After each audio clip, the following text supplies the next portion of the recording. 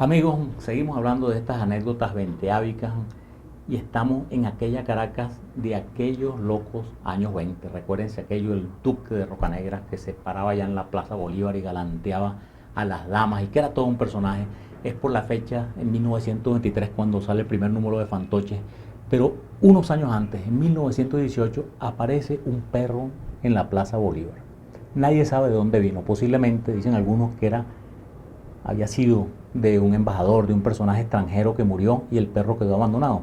La Plaza Bolívar era un sitio sagrado, como debería ser. En esa época no se permitía, miren, que pasara una persona con bolsas de mercado, eso era prohibido. Pues. O sea, incluso que la gente estuviese mal vestida en la Plaza Bolívar, eso era prohibido. La Plaza Bolívar era algo sagrado. Y de repente aparece este perro que se convierte en el consentido de los intelectuales y de la sociedad caraqueña. Lo bautizan Cenizo, el perro dormía a los pies de la estatua del Libertador. Entonces, él iba a todas partes. Él está en el brindis inaugural de Fantoches del año 1923 con Leoncio Martínez. Iba a todas las reuniones importantes. Cuando había un brindis, Caracas era pequeñita, que si en el diario El Universal, no sé, iba a Cenizo y la gente lo trataba bien y la gente lo alimentaba. Era un perro que podemos decir o que no tenía dueño o que tenía muchos dueños, porque toda la sociedad caraqueña se ocupaba de él. Llega un momento incluso que por el escritor Manuel Díaz Rodríguez propone que lo condecoren con un collar de oro y se compra un collar de oro que se le pone al perro, pero el perro era un perro tan bueno y tan manso que alguien le quitó el collar de oro. Entonces el perro dormía ahí en la Plaza Bolívar y cuando llegamos al 29 de agosto del año 1927 el perro se nos enferma. Entonces la gente sabe que el perro está agonizando y va una multitud de caraqueños y bohemios. Que les cuento que en esa Caracas fue del Duque de Rocanegra, de Leoncio Martínez, de Hopin. Bueno, todos aquellos personajes están allá pendientes de qué iba a pasar con Cenizo y Cenizo se muere. Pero al día siguiente lo lleva el aseo urbano y lo zumban allá en el crematorio, por allá por los Chaguaramos, no sé si sería lo que llamamos hoy hornos de cal. Entonces lo llevan para allá y la gente se indigna y hacen una colecta, buscan el cadáver del perro, le compran un ataúd bien bueno y lo van y lo entierran con toda pompa. E incluso se hace una colecta para hacerle un monumento que nunca se construyó. Ese perro llegó a tener una fama tan internacional, tan nacional y tan internacional, que les voy a leer del libro de Aquiles Nazoa lo que escribió una escritora española que estuvo en Caracas. Ella dice, la señora se llamaba María Álvarez de Burgos, dice, a las 3 de la mañana en la Plaza Bolívar, frente a la estatua del Libertador, no hay más que dos personas, Cenizo y yo. No sonriáis irónicamente por esta afirmación, porque os aseguro que junto con mi complacidísima personalidad, con este buen perro de estirpe bohemia, que no quiso aburguesarse plácidamente al calor de cualquier hogar.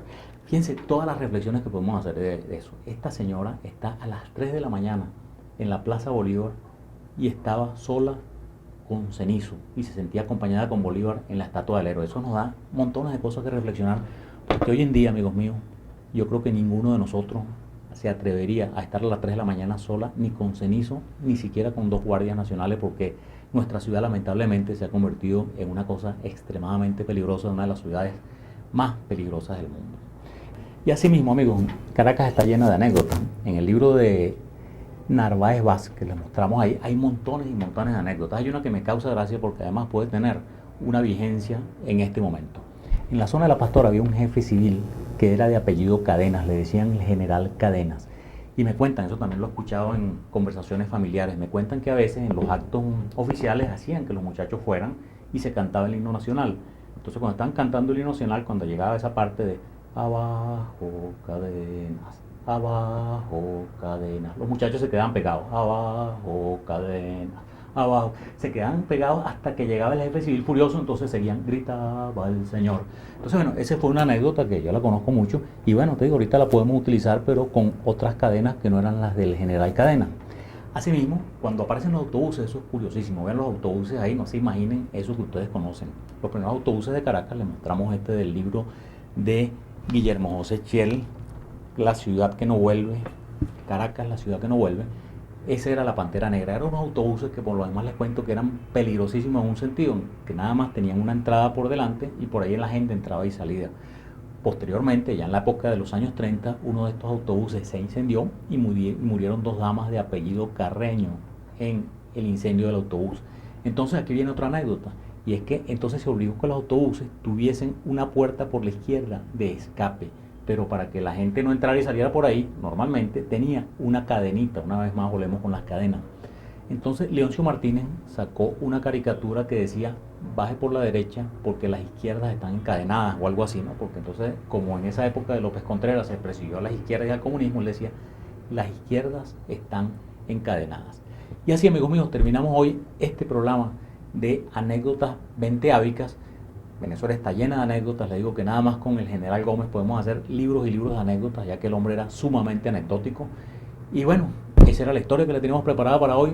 Muchísimas gracias, y ahora vamos a nuestra acostumbrada sesión educando a nuestros padres.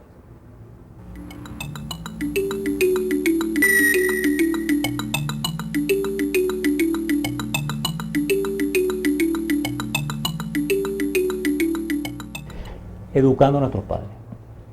Amigos, uno de los personajes que hemos hablado en este programa, que es Juan Vicente Gómez, que está lleno de anécdotas. Sus anécdotas tienen un origen, en parte, a su procedencia campesina, por decirlo de alguna forma. Fue un hombre que nació en el campo, que vivió en el campo entre animales, sembradíos, etc. Y el hombre de campo tiene cierta sabiduría por la paciencia que adquiere, por el esperar y por el contacto con la naturaleza. Nosotros ahora en nuestra ciudad somos cosmopolitas. En esa época la gente vivía el 80% de la población en el campo y el 20% en la ciudad. Hoy es completamente al revés. El 80% vivimos en la ciudad y el 20% en los campos. Y se ha perdido un poco de esa sabiduría campesina y de esa paciencia. Nosotros nos hemos convertido en unos seres extraordinariamente impacientes. Mientras más grande la ciudad, más impaciente es la gente y más apurada anda y más apurada está. Yo lo que les pido, amigos míos, en este Educando a nuestros padres, es un reencuentro con la naturaleza, que estimulen el contacto con la naturaleza, que vayan a nuestro magnífico Cerro El Ávila, que vayan a nuestros parques, pues a nuestro Parque del Este, ahora Parque Miranda, y que se mantengan en contacto con la naturaleza, que es una cosa que les va a dar una grandísima paz espiritual. El estar en contacto con la naturaleza, el ver a los pajaritos cantar, y a los animalitos y a las ardillitas. Y hasta uno de esos sitios que les recomiendo que vayan, que uno se sienta hasta un poquito en contacto con la naturaleza, aunque todos no me lo crean, es a la Plaza Bolívar. Así que, amigos míos, la recomendación es: tengan contacto con la naturaleza y aprendan un poco de esa forma de vivir con paciencia, con tranquilidad y con comprensión a la vida. Muchísimas gracias, muy buenas noches, y los esperamos en un próximo programa de los cuentos del tío Pepe.